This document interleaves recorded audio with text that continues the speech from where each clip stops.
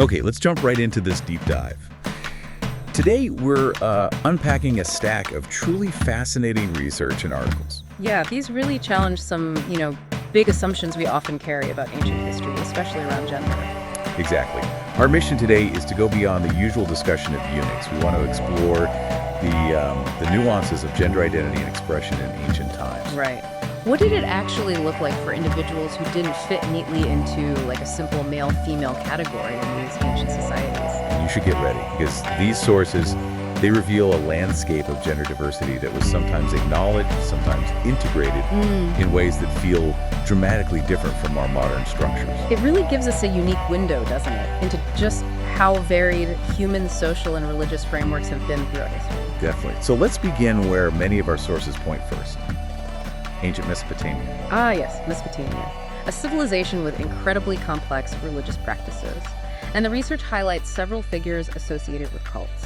Who demonstrate forms of gender nonconformity or ambiguity that seem distinct from the concept of the eunuch. Precisely. These sources introduce us to terms like gala or kalu, kulu'u, Assinnu, kurgarrû, and sagir or sag. And these aren't just vague labels, right? They describe specific types of individuals. Yes, holding particular roles within Mesopotamian society. Okay, so what kind of roles are we talking about? Well, we see these figures performing pretty significant roles, often centered around religious service. The gala or kalu, for instance, they were often cultic lamenters. Others, like the Assinnu, kurgarrû, sagir or sag, they served as attendants for deities, most notably the powerful goddess Ishtar. And, some texts even portray her with characteristics we might associate with gender fluidity. That's interesting in itself. And the descriptions from the sources, they get quite detailed about their activities, how they presented themselves. Oh, absolutely. They were involved in ecstatic religious practices, think music, dance, and sometimes pretty intense ritual acts like self-mutilation or bloodletting. Similar to the Galli, actually, a related group we'll see mentioned in Roman sources later. Wow. And their appearance. That's mentioned too.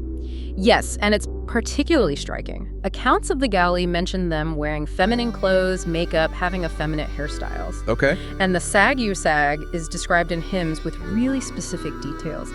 Combing their hair, wearing colored bands on their necks, donning a special cloak of divinity. A cloak of divinity. Yeah, and this is remarkable, wearing a garment of masculinity on their right side and a garment of femininity on their left. Ooh, that image, the split garment, that visually embodies a concept of mixed or dual gender, doesn't it? It really does. It's quite a powerful visual. And beyond appearance, the sources mention the Assinnu engaging in sexual relations within the temple context. But as part of their role. As part of their cultic role, yeah. Okay, here's where it gets really interesting then. When we delve into the scholarly interpretations of their gender identity and maybe how they were perceived by ancient Mesopotamians. Right, and this is where, you get to interpretation. Some scholars look at the proposed origins of terms like galakalu and kulu. The words themselves. Exactly. They find potential links in the language itself to concepts of mixed anatomy or gender. We see suggestions of terms possibly related to penis anus, maybe vagina penis, or phrases meaning two kinds or species, which hints at associations that might have involved same-sex relations or different sex relations, or even the idea of embodying, both sexes, male and female. So the language itself might hold clues. It's possible. And the term kulu is presented as specifically contrasting with normative masculinity. How so? Well, sometimes it was apparently even used as an insult, questioning a man's virility or manliness. Got it. What about the Assinnu's role? You mentioned the sexual aspect in the cult. Yeah, that role, particularly if it involved being receptive in sexual acts during the cult, might have contributed to them being perceived as feminine. Okay, that makes sense. Is there evidence for that perception? Well, this idea is sort of supported by the existence of the term assinnu, which is essentially a female Assinnu, and it's listed alongside other female cultic personnel in some texts. Ah, okay. Plus, lexical lists, ancient dictionaries, basically they explicitly equate the sagir sag. The one with a split garment. The Assinnu. So their function seems really tied to how their gender was understood or categorized. Precisely. So these figures, it seems like they embody gender ambiguity, a state that wasn't just like random individuals, but seems to have been institutionalized within these religious structures. Yes, that's a key point. Institutionalized. However, it wasn't necessarily a simple picture of, universal acceptance. Right, it never is. The sources also show negative portrayals, like the kurgarrû being associated with evil magicians sometimes. Oh, okay. Or the gala figures appearing in Proverbs highlighting infertility. Now that's interesting because it's distinct from castration, but it relates to the inability to procreate, which challenges a specific aspect of traditional male roles. So it's complex. Ambiguity, institutional roles, but also negative associations or challenges to normative ideas like procreation. Exactly. Which brings us to a crucial concept scholars use to understand such roles across different cultures. Third gender. Now that's not an ancient term itself, is it? No, it's a scholarly one. It's used to encompass gender identities that fall outside the sort of conventional male-female binary. Maybe a mixture of both or neither. And why is this concept useful here? Well, it's vital because it underscores that ancient cultural schemes for understanding people were fundamentally different from our modern Western binary. They just had different categories, different ways of integrating people who didn't conform. Right, we can't just impose our modern boxes onto the past. Absolutely not. And to help us grasp these ancient concepts, scholars often look at anthropological examples from other cultures. Comparative studies. Yeah. They discuss groups like the Avijra of India, the Two-Spirit people of Native America, formerly called Burdek, and the Bishu of Indonesia. Okay, how do these comparisons help? Well, these groups are often described as having unique cultic roles, distinct attire. Sometimes they're associated with supernatural powers, and in some cases, like the Hijra or Bisu, castration is involved. Scholars use them as comparative case studies. Not saying they're the same as the Mesopotamians. No, definitely not direct historical equivalents, but they provide a framework for understanding how non-binary categories could function within a society, often tied to specific social or religious roles and how they might be integrated or perceived differently. So it helps us imagine possibilities beyond our own cultural assumptions. Precisely. And, our deep dive isn't limited to Mesopotamia. Other sources offer glimpses of gender diversity that are clearly distinct from the seeress. Which is the term often translated as eunuch. Right. But as one source points out, seeress usually implied castration, sure, but sometimes it just meant a royal official, a chamberlain. Or someone exhibiting characteristics associated with that status. Yeah, often focused more on their role or their procreative ability, not necessarily what we call gender identity today. Okay, so where else do we see gender diversity discussed differently? Well, in Jewish rabbinic literature, for example, we find discussions of categories like tum-tum, an indeterminate person, biologically speaking, and androgynos, a dually sexed person or intersex individual. And how are these viewed? Well, scholar Sarah Elev, who's cited in one of the sources, argues pretty persuasively that these categories were indeed related to gender ambiguity or mixed sex characteristics.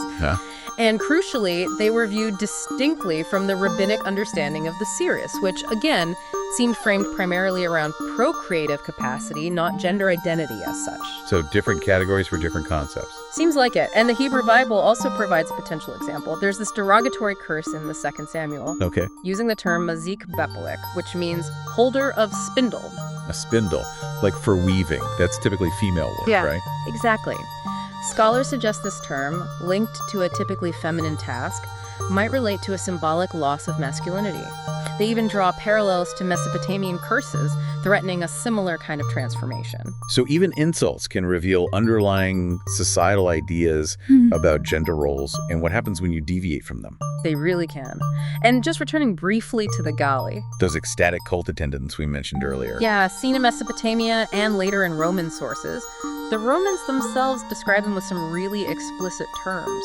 Like what? Like medium genus, meaning middle gender. Middle gender, wow. Or tertium sexus, third sex. Third sex, used right there in the ancient Roman sources. That really cuts directly to the idea of a gender category outside male and female. It certainly seems to point that way. It wasn't just nonconformity. It was sometimes perceived as a distinct status, it seems. Amazing. So when we look across these different sources, Mesopotamian, Jewish, Roman, what's the collective picture? Well, they collectively suggest that figures like these cultic attendants, or the categories in rabbinic texts, represent forms of, let's say, institutionalized gender otherness. Embedded within the religious and social frameworks of their time. Exactly. And scholarly analysis in the sources suggests that these figures sometimes conceptualized as subordinate masculinities or embodying a different kind of gender entirely They may have played a role in defining what traditional masculinity was. By contrast, maybe. Perhaps. Or maybe even easing the societal gender tensions by providing a recognized space for those who didn't conform. The fact that these roles were institutionalized, that implies a degree of social construction, maybe even integration. It could imply that, yes, perhaps tolerance or incorporation, rather than these individuals simply being targets of constant oppression. You mentioned negative portrayals existed too. Oh, definitely. It highlights the complexity. But this understanding that gender nonconformity could be woven into the social or religious fabric is very different from many modern perspectives, whether psychological or social. So, wrapping this up then, what does this whole deep dive reveal?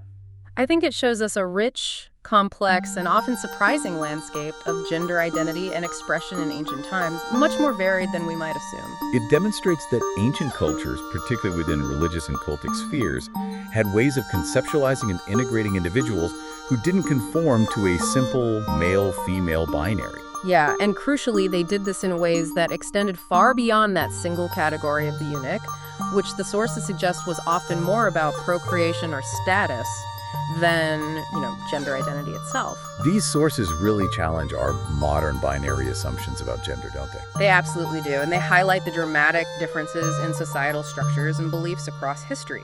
It wasn't just male or female. Ancient societies had more expansive and sometimes maybe more fluid ways of seeing gender difference. So this deep dive into these sources, it really leaves us with a compelling thought. If ancient societies, with their vastly different social, religious, even biological understandings, if they acknowledged and integrated forms of gender nonconformity and ambiguity, sometimes even describing them with terms like a third sex. Yeah. What does that tell us about the potential fluidity and diversity of human experience throughout history, even when viewed through lenses so different from our own? It certainly gives us something to mull over, doesn't it? A lot to think about there.